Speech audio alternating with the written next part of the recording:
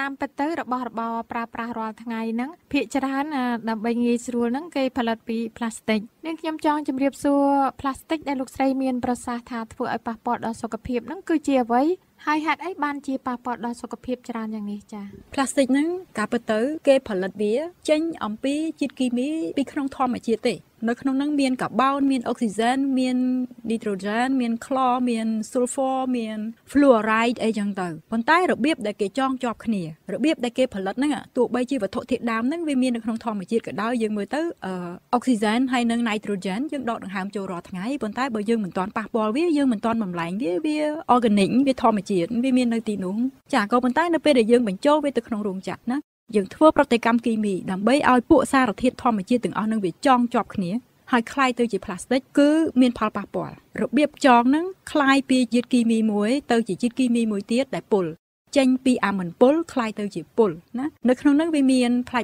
កគ្នាវាមានប៉ូលីកាបូណេតមានប៉ូលីវីនីលក្លរ៉ៃដគេហៅ PVC មានប៉ូលីយូរ៉េត្រានមានប៉ូលីអេស្ទែរមានប៉ូលីអេទីឡែនអីចឹងទៅប៉ូលីច្រើនណាស់ដោយសារអីដោយសារចងជាប់គ្នាច្រើនហើយវែងអន្លាយអាហ្នឹងប៉ូលីហើយព្រោះវាច្រើនហើយចងជាប់គ្នាវែងអន្លាយលោកស្រីវិជ្ជបណ្ឌិតបើតាមខ្ញុំស្ដាប់ត្រួសនៅពេលដែលលោកស្រីវិជ្ជបណ្ឌិតមានប្រសាសន៍ថាជ័រផ្លាស្ទិកហ្នឹងខ្ញុំគិតថា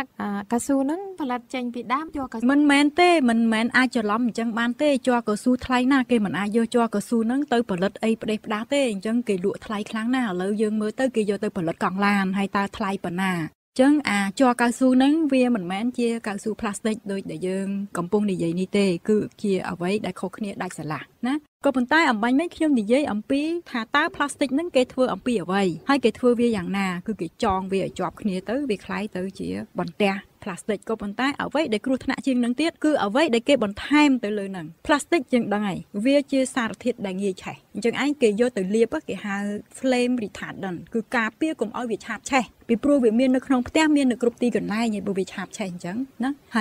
យមានអាខ្លះទៀតផលិតចេញពីកាកសំណល់ប្រេងទៀតអញ្ចឹងវាកាន់តែឆាបឆេះហើយអញ្ចឹងគេដាក់វាចូលទៅក្នុងហ្នឹងដើម្បីកុំឲ្យវាឆាបឆេះមួយទៀតមានពេលខ្លះគេដាក់ថ្នាំផ្សះចូលទៅក្នុងហ្នឹងឧទាហរណ៍យកទៅពាសនៅក្នុងកំប៉ុងទឹកដោះគោរបស់កូនក្មេងឬមួយក៏យកទៅផលិតទៅជាកំប៉ុងឬកញ្ចប់ដែលយើងខ្ចប់អាហារបើសិនជាអត់មានថ្នាំផ្សះនៅក្នុងហ្នឹងទេវាអាចនឹងធ្វើឲ្យដុះមេរោគហើយពេលដែលដុះមេរោគគឺខូចផលិតផលហ្នឹងហើយខូចសុខភាពអ្នកប្រើប្រាស់ទៀតក្រៅពីនោះគេអាចដាក់បញ្ចូលនៅសារធាតុជាច្រើនឧទាហរណ៍ដូច BPA ដែលខ្ញុំនិយាយហ្នឹងដាក់ធ្វើឲ្យផ្លាស្ទិកហ្នឹងវារឹងមាំហើយដែលយើងអាចធ្វើវាទៅជារូបរាងទៅជាទ្រង់ទ្រាយបានព្រោះអាផ្លាស្ទិកហ្នឹងពេលដែលយើងធ្វើហើយមានពេលខ្លះវាទន់អាឡែអាឡាក់ណាវាអត់អាចរឹងមាំដូចជាដបទឹកសុទ្ធវារាងជ្រុងឬក៏រាងមូលណាចានកែវស្លាបព្រាអីវាមានរាងអញ្ចឹងវាត្រង់អត់កើតទេអញ្ចឹងក៏គេបញ្ចូលអា BPA នឹង BPA នឹង bisphenol A ហើយតែគេបញ្ចូលវាទៅក្នុងហ្នឹងអាហ្នឹងដែលខ្ញុំនិយាយហ្នឹងគឺពុលខ្លាំងហ្នឹងគឺពុលអ្វីដែលគេបញ្ចូលទៅក្នុងផ្លាស្ទិកណាមានអាខ្លះទៀតហ្នឹងគេដាក់ឲ្យវារលោងដោយឧទាហរណ៍គេធ្វើសម្ភារៈអគ្គិសនីសម្ភារៈសំណង់មួយចំនួននៅក្នុង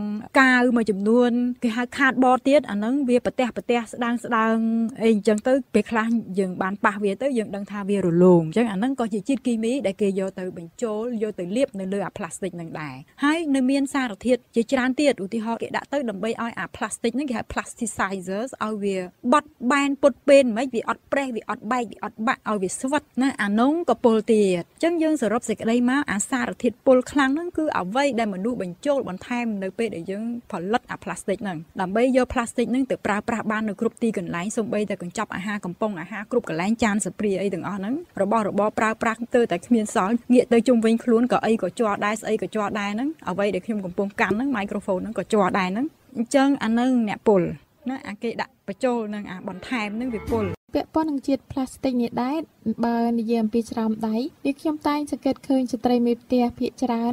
នៅពេលដែលគាត់ធ្វើម្ហូបចំណីអាហារឬក៏នៅពេលដែលគាត់ប្រឡាក់សាច់ដើម្បីថែរក្សាសុខភាពគាត់តែងតែយកច្រំដៃហ្នឹងមកពាក់មុននឹងធ្វើចំណីអាហារទាំងអស់ហ្នឹងត្រង់ចំណុចនេះលោកស្រីវិជ្ជបណ្ឌិតមានចំណេះដឹងអីដែលត្រូវចែករំលែកជូនស្ត្រីមេផ្ទះទាំងអស់នោះដែរទេចា៎ឲ្យតែមានជ័រផ្លាស្ទិកគឺមានសារធាតុគីមីដាច់ចេញទៅហើយមិនថាវាជាស្រោមដៃធ្វើពីអីមិនថាវាជាជ័រដែលធ្វើឲ្យក្មេងលេងឧទាហរណ៍ដូចជារបស់ដែលក្លុកទៅលឺឬក៏ក្មេងយកទៅខាំឬក៏យកទៅបៀមឬក៏កូនឡានជ័រដែលក្មេងយកទៅលេងឬក៏ស្រោមដៃដែលយើងពាក់ដើម្បីការពារស្បែកយើងកុំឲ្យជាតិគីមីចូលពេលដែលយើងបោកខោអាវពេលដែលយើងជូតអិត ចឹងយើងខំកិច្ចពីគីមីមួយមកជួបគីមីមួយតែគ្រាន់តែថាបើសិនជាយើងពាក់ស្រោមដៃដើម្បីជូតឥដ្ឋអាទឹកគីមីជូតឥដ្ឋហ្នឹងវាកាចសាហាវជាងអញ្ចឹងយ៉ាងហោចយើងយកស្រោមដៃទៅជំនួសទៅវាបានអាជាតិគីមីមួយនេះវាចូលតែវាមិនទាន់ឈឺភ្លាមដោយអាមួយនោះដោយសារសម្ភារៈដែលកំពុងប្រើប្រាស់សពថ្ងៃហ្នឹងស្ទើរតែទាំងអស់ហ្នឹងផលិតដោយសារធាតុផ្លាស្ទិកអញ្ចឹងផលប៉ះពាល់របស់វាយ៉ាងម៉េចដែរលោកស្រីវិជ្ជបណ្ឌិតផលប៉ះពាល់កាលពីថ្ងៃមុនគេនិយាយថាកើតមហារីកការពិតទៅប៉ះពាល់មួយថ្ងៃវាអត់កើតទេតោះតែយើងប៉ះពាល់ច្រើនហើយការដែលយើងប៉ះពាល់វាហ្នឹងឲ្យតែបានប៉ះពាល់ជាពិសេសប៉ះពាល់តាំងពីក្មេងមុននឹងចាប់កំណើតคล้ายទៅជាទារកក្នុងផ្ទៃក៏អាចមានផលប៉ះពាល់ចេញអំពីផ្លាស្ទិកដែលមាននៅក្នុងខ្លួនម្ដាយនៅក្នុងខ្លួនឪពុកដែរបន្ទាប់មកទៀតពេលដែលយើងកំពុងពពោះក៏មានផលប៉ះពាល់ដែររួចកើតចេញមកតាំងពីបាតជើងក្រហមរហូតដល់គាត់ធំហ្នឹងក៏មានសារធាតុផ្លាស្ទិកដែររហូតដល់ពេលនេះគេរកឃើញថានៅក្នុងឈាមរបស់កូនក្មេងនៅសហរដ្ឋអាមេរិក 90% គឺមានជាតិ BPA នៅក្នុងឈាមរបស់ពួកគាត់គ្រាន់តែថាមានតិចហើយនឹងមានច្រើនហើយបើគេរកឃើញអ្នកដែលមានបញ្ហាបេះដូងនិងបញ្ហាលើឈាមនិងបញ្ហាទឹកនោមផ្អែមហ្នឹងភាគច្រើននៃអ្នកដែលមានជំងឺទាំងអស់ហ្នឹងតាំងរលាកសន្លាក់ផងដែរហ្នឹងភាគច្រើនមានជាតិផ្លាស្ទិកក្នុងឈាមគាត់ដែរលោកស្រីវិជ្ជបណ្ឌិតនិយាយអំពីផលប៉ះពាល់របស់វាហ្នឹងយើងខ្ញុំចង់ជម្រាបសួរអំពីមនុស្សក្មេងនិងមនុស្សចាស់ហ្នឹងផលប៉ះពាល់របស់វាហ្នឹងវាដូចគ្នាឬក៏ខុសគ្នាលោកស្រីវិជ្ជបណ្ឌិតដោយសារពេលដែលយើងប៉ះពាល់ពីក្មេងអញ្ចឹងគឺធ្វើឲ្យកូនក្មេងហ្នឹងប្រឈមនឹងការកើតមហារីកសពសារពាង្គកាយហ្នឹងច្រើនជាងអ្នកដែលមិនប៉ះពាល់នៅពេលអាយុគាត់ចាស់ទៅចង់និយាយថាបើប៉ះពីក្មេងអាចនឹងកើតមហារីកនៅពេលដែលគាត់ពេញវ័យហើយមហារីកហ្នឹងមិនដឹងថាមហារីកនៅត្រង់ណាទេគ្រាន់តែថាវាបង្កើនការប្រឈមមានកត្តាជំរុញឲ្យងាយកើតមហារីកជាងធម្មតាប៉ុន្តែដែលប៉ះពាល់ផ្ទាល់ខ្លាំងជាងគេហ្នឹងគឺការលូតលាស់ខួរក្បាលនិងការខូចខាតអត្តចរិតរបស់ក្មេងធ្វើឲ្យក្មេងคล้ายទៅជាក្មេងនិយាយមិនស្ដាប់ក្មេងដែលគិតផ្លោតចេះតែគិតឬមួយក៏ក្មេងមិនចេះគិតឬក៏ចេះគិតដែរចេះគិតរបៀបមិនល្អហើយអាចคล้ายទៅជាក្មេងទំនើងហ្នឹងគឺប្រែប្រួលអត្តចរិតហើយបើនិយាយអំពីកោសិកាខួរក្បាលវិញវាលូតលាស់អត់ល្អទេហើយវាអត់សូវពូកែទេខួរក្បាលហ្នឹងពេលដែលយើងមានជាតិផ្លាស្ទិកច្រើនពេកហើយតាំងពីតូចមកគឺមានផលប៉ះពាល់ឧទាហរណ៍ថាឥឡូវកូនខ្ញុំឆ្លាតមែនតើប៉ុន្តែបើសិនជាអត់មានអាជាតិផ្លាស្ទិកនិងអត់មានអាហារស្អីៗទាំងអស់ដែលធ្វើឲ្យខូចហ្នឹងវាឆ្លាតជាងនឹងពី3ដងទៀតតែយើងអត់ដឹងវាបាត់បង់ឱកាសដែលយើងអាចនឹងដឹងថាកូនយើងឆ្លាតប៉ុណ្ណាមួយទៀតវាប៉ះពាល់ទៅលើអរម៉ូនខ្ញុំធ្លាប់អានកាលពីឆ្នាំ2011ណាមានគេធ្វើពិសោធន៍គេថាអាជាតិ BPA ហ្នឹងអាចធ្វើឲ្យកង្កែបឈ្មោលคล้ายជាកង្កែបញីហើយខ្ញុំគ្រាន់តែមើលទៅអញ្ចឹងតែខ្ញុំមិនបានតាមដានតទៅមុខទៀតយ៉ាងម៉េចទេប៉ុន្តែនេះខ្ញុំគ្រាន់តែចង់និយាយថាអាជាតិ BPA ហ្នឹងវាដូចជាអរម៉ូនភេទស្ត្រីណាគេហៅ estrogen គឺជាឈ្មោះអរម៉ូនភេទរបស់ស្ត្រីពេលដែលយើងញ៉ាំចូលទៅមិនថាប្រុសមិនថាស្រីគឺយើងមានសារធាតុគីមីដែលធ្វើកិច្ចការប្រហាក់ប្រហែលនឹងអរម៉ូនភេទស្ត្រីដែរអញ្ចឹងវាធ្វើឲ្យអរម៉ូនភេទមែនតើហ្នឹងវាខុសប្រក្រតីក្នុងខ្លួនបុរសធ្វើឲ្យបាត់បង់អរម៉ូនភេទបុរសចឹងទៅធ្វើឲ្យប្រែប្រួលអរម៉ូនភេទបុរសក្នុងខ្លួនស្ត្រីធ្វើឲ្យប្រែប្រួលអរម៉ូនភេទស្ត្រីចឹងទៅហើយណាមួយនៅក្នុងខ្លួនទាំងបុរសទាំងស្ត្រីហ្នឹងត្រូវមានអរម៉ូនទាំងពីរភេទអញ្ចឹងវាពិបាកធ្វើឲ្យអរម៉ូនទាំងពីរហ្នឹងមានលំនឹងខ្ញុំធ្លាប់ប្រាប់ហើយក្នុងខ្លួនបុរសត្រូវមានអរម៉ូនភេទស្ត្រីម្ដុំ5ទៅ10% បានពេញលក្ខណៈជាបុរសចំណែកក្នុងខ្លួនស្ត្រីក៏ដូចគ្នាត្រូវមានអរម៉ូនភេទបុរសប្រមាណជា5ទៅ10% បានយើងពេញលក្ខណៈជាស្ត្រីគឺថាត្រូវតែមានធាតុញីនិងធាតុឈ្មោលណាបើស្ត្រីមានធាតុអរម៉ូនភេទស្ត្រី90ឬក៏90ជាងហើយមានអរម៉ូនភេទបុរសហ្នឹងបន្តិចចឹងទៅ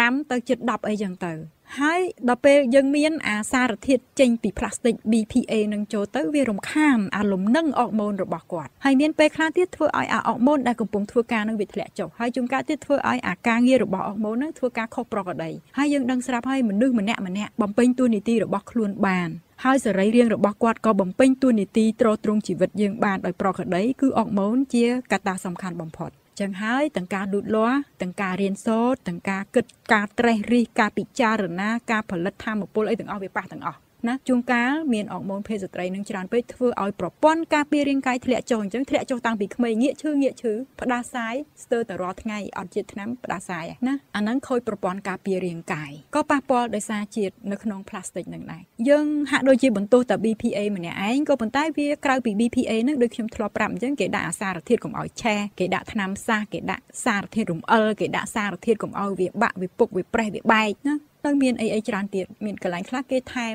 ពណ៌ទៅទៀតហើយអាពណ៌ហ្នឹងខ្ញុំប្រាប់ឲ្យទាំង plastic ទាំងពណ៌ហ្នឹងគឺជាបេសាចពីររួមគ្នានៅសល់រឿងដ៏សាមញ្ញមួយគឺធ្វើឲ្យកូនក្មេងខ្ជិលប្រើមិនបានធាត់ប៉ុណ្ណាណីប៉ុន្តែគ្មានកម្លាំងធ្វើអីមិនកើតហើយមានពេលខ្លះឪពុកម្ដាយនឹងថ្នមទៀតមិនហ៊ានឲ្យធ្វើអីទៀតកាន់តែទុនទៅមានពេលខ្លះរពឹសឬមួយក៏ផ្ដោតអារម្មណ៍ធ្វើកិច្ចការអីអត់បានឲ្យធ្វើអីមួយអញ្ចឹងធ្វើបានតែមួយផ្លែតបោះចោលបាត់ណាចង់ធ្វើស្អីអញ្ចឹងធ្វើបានតែមួយផ្លែតបោះចោលបាត់ណាហើយពេលហ្នឹងមិនមែនមានតែកូនក្មេងទេមនុស្សចាស់ក៏អញ្ចឹងដែរមានពេលខ្លះចង់ធ្វើណាគេរៀបចំក្រុមហ៊ុនគេរៀបចំអីឲ្យជួនកាលទៀតហ្នឹងឪពុកម្ដាយឬក៏មិត្តភ័ក្ដិហ្នឹងខំឃើញខ្នះខ្នែងយើងខំជួយស្រាប់តែគាត់កំពុងធ្វើទៅមិនចាប់ផ្ដើមមិនទាន់ទាំងបានអីផងគាត់គិតថាអូយគាត់ធុញហើយគាត់លែងចង់ធ្វើគាត់បដូរចិត្តបាត់ហើយអញ្ចឹងអ្នកដែលបណ្ដាក់ទុនឬក៏អ្នកដែលមានក្តីសង្ឃឹមទៅលើគាត់តាំងប្រមាណហ្នឹងដូចរលាយសាបសូន្យដូចអំបិលត្រូវទឹកបាត់អស់អញ្ចឹងទៅណាអាហ្នឹងគឺជាផលប៉ះពាល់ទៅលើខួរក្បាលចំអាកន្លែងផ្ដោតអារម្មណ៍គឺយើងផ្ដោតអត់បានមួយទៀតវាប៉ះពាល់ទៅលើកន្លែងផ្ទុក memory ផ្ទុកការចងចាំអញ្ចឹងធ្វើឲ្យពួកគាត់ពិបាកនឹងចងចាំខ្ជិលធ្វើការហើយខ្ជិលរៀនទៀតហើយបើសិនជារៀនហើយរៀនមិនចាំអញ្ចឹងវាធ្វើឲ្យឪពុកម្ដាយពិបាកមានអ្នកខ្លះអញ្ចឹងមានលុយប្រមាណខំប្រឹងបញ្ជូនឲ្យកូនទៅរៀនខំប្រឹងថាធ្វើអ្វីគ្រប់យ៉ាងដើម្បីឲ្យកូនទៅរៀនប៉ុន្តែមានពេលខ្លះកូននឹងរៀនវាអត់បានផលដោយឪពុកម្ដាយចង់បាននិយាយទៅបើយើងមិនដាក់ទុនទៅលើការសិក្សាយើងមិនដាក់ទុន1យើងទទួលមកវិញ10ឬ100តែនេះបើយើងមិនដាក់ទុន10បានមកវិញតែ2 3ដល់ពេលអញ្ចឹងវាបាត់ខ្លាំងមែនតើការបណ្ដាក់ទុននៅក្នុងការសិក្សាខ្ញុំសូមបើកវងកញ្ចក់បន្តិចមានពេលខ្លះយើងគិតមើលទៅថាអូអានេះថ្លៃសាលានេះថ្លៃកុំដាក់ក៏ប៉ុន្តែបណ្ដាក់កាន់តែច្រើនផលត្រឡប់មកវិញវាកាន់តែច្រើនដូចខ្ញុំប្រាប់អញ្ចឹង10ទៅ100 1000ដងណាអាផលដែលត្រឡប់មកវិញក៏ប៉ុន្តែបើសិនជាយើងមិនចេះថែបណ្ដាក់ទុនខុសដាក់10បានមកវិញតែ2 3ឯងមួយទៀតធ្វើឲ្យពួកគាត់អាចកើតជំងឺអូទីសឹមចាំឯងយើងនិយាយអំពីអូទីសឹមដែលការលើកមុនហៅថាក្មេងអូទីសឹមដែលក្មេងអត់ចេះនិយាយក្មេងអត់ចេះមានទំនាក់ទំនងនៅក្នុងសង្គមទំនាក់ទំនងនៅក្នុងគ្រួសារហើយធ្វើអីក៏មិនកើតនឹងក៏អាចមួយភាគណាមួយនោះបណ្ដាលមកអំពីសារធាតុគីមីដែលមាននៅក្នុងកញ្ចប់អាហារនៅក្នុងរបស់គាត់លេងមានច្រើនណាស់គ្រាន់តែទឹកដោះគោម្នាក់ឯងមានបញ្ហាបាត់ទៅហើយចុះទម្រាំជាតិគីមីក្នុងទឹកដោះគោហើយចុះទម្រាំជាតិគីមីនៅក្នុងការវេចខ្ចប់អញ្ចឹងវាអាចធ្វើឲ្យកុមារហ្នឹងវា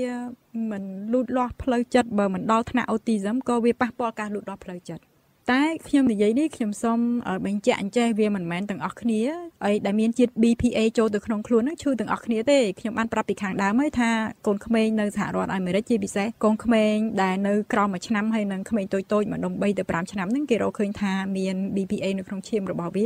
90% ក៏ប៉ុន្តែមើលទៅហាក់បីដូចជាធម្មតាអត់មានរឿងអីកើតឡើងទេណាពីព្រោះបើសិនជាប៉ះពាល់ទៅលើការលូតលាស់ក៏វាប៉ះតិចតួចធ្វើឲ្យធាត់ក៏តិចតួចហើយបើកើតមហារីកតទៅយូរទៀតណាកើតទឹកនោមផ្អែមរលាកសន្លាក់ឬក៏លើសឈាមតទៅយូរទៀតណាហើយបើទម្រាំតែដឹងថាគាត់មានបំរែបំរួលអរម៉ូនភេទបុរសអរម៉ូនភេទស្ត្រីតគាត់ចូលទៅក្នុងវ័យគេហៅ puberty ណាចូលទៅក្នុងអាវ័យជំទង់បានគេដឹងថាអូអានឹងប៉ះពាល់ហើយមូលហេតុអីបានតែគេបារម្ភម៉េះកូនក្មេងហ្នឹងពីព្រោះកោសិកាហ្នឹងកំពុងតែធ្វើការលូតលាស់ណានៅពេលដែលកោសិកាកំពុងធ្វើការលូតលាស់អញ្ចឹងគឺអាផលប៉ះពាល់ហ្នឹងវាធ្ងន់ឧទាហរណ៍ដូចយើងកំពុងតែសាងសង់អគារមួយឧទាហរណ៍ថាមានកម្ពស់70ជាន់ឬ100ជាន់អីអញ្ចឹងស្រាប់តែមានវិបត្តិចូលទៅអញ្ចឹងពេលដែលសាងសង់មានវិបត្តិអគារនឹងវាអត់មាំទេវាប្រកាសជាមានវិបត្តិអ្វីមួយអាចបង្កគ្រោះថ្នាក់ឲ្យទៅថ្ងៃក្រោយនោះចឹងឯងបានគេមិនឲ្យមានវានៅក្នុងវ័យកុមារភាព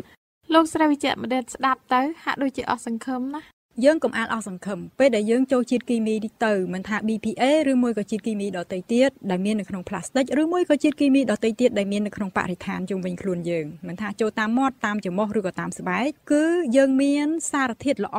ទ្រទ្រង់សុខភាពដែលខ្ញុំចំណាំហៅថាអាហារទ្រទ្រង់សុខភាពហ្នឹងជាអ្នកបញ្ចេញវាចោលណាជាអ្នកសម្អាតវាដឹកជញ្ជូនវាចេញទៅតាមទឹកនោមចេញទៅតាមលាមកហើយកូនក្មេងគាត់មានអានឹងអត់គ្រប់ទេហើយបើមានក៏គាត់ទុកសម្រាប់សាងសង់មិនមែនសម្រាប់យកទៅបន្សាបជាតិពុលបណ្ដេញជាតិពុលពីក្នុងខ្លួនទេ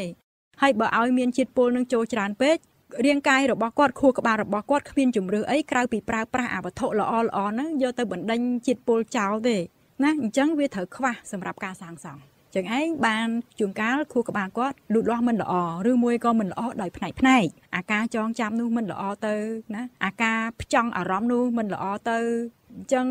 គិតទៅមានន័យថាធំតែខ្លួនដូចឃ្លោង ហើយនៅមានទៀតសរីរាង្គដែលត្រូវបញ្ចេញចោលឧទាហរណ៍ថ្លើមក៏នៅតូចៗហើយថ្លើមហ្នឹងកំពុងលូតលាស់ទៀតតម្រងនោមកន្លែងដែលបញ្ចេញចោលមួយទៀតហ្នឹងក៏នៅតូចៗហើយមិនទាន់មានសមត្ថភាពពេញលេញកំពុងតែលូតលាស់កំពុងតែធ្វើការសាងសង់ហើយគ្រប់កោសិកាទាំងអស់មិនថាឆ្អឹងមិនថាសាច់ដុំមិនថាសន្លាក់កំពុងតែនៅធ្វើការសាងសង់ដោយអាគារមួយវាអត់ទាន់មាំទេទៅចាប់ផ្ដើមសង់មិនទាន់បានធ្វើអីមិនទាន់បានបោកមិនទាន់បានអីអញ្ចឹងវាអត់ទាន់មាំទេហើយអញ្ចឹងបើសិនជាចូលទៅវាអាចនឹងមានវិបត្តិនៅថ្ងៃក្រោយអញ្ចឹងឯងបានថាអាចនឹងបង្កជំងឺមហារីកទៅថ្ងៃក្រោយអាចវិបត្តិទៅលើ DNA បើសិនជាខូច DNA ប្រព័ន្ធការពាររាងកាយយើងមួយរយៈណានោះអាសារធាតុល្អៗដូចជាមេតាយអូនីនដែលយើងមាននៅក្នុងខ្លួនយើងហ្នឹងអាចទៅជួសជុល DNA ដែលខូចប៉ុន្តែនៅថ្ងៃណាមួយដែលមានអាខូចនឹងច្រើនពេកជួសជុលអត់បានហើយបំផ្លាញវាចោលដើម្បីសង់ថ្មីក៏អត់កើតកន្លែងហ្នឹងហើយគឺជាកោសិកាមហារីកចឹងឯងបានគេឲ្យប៉ះពាល់ទៅលើក្មេងៗទេពេលដែលប៉ះឱកាសនៃការកើតមហារីកមានច្រើនណាស់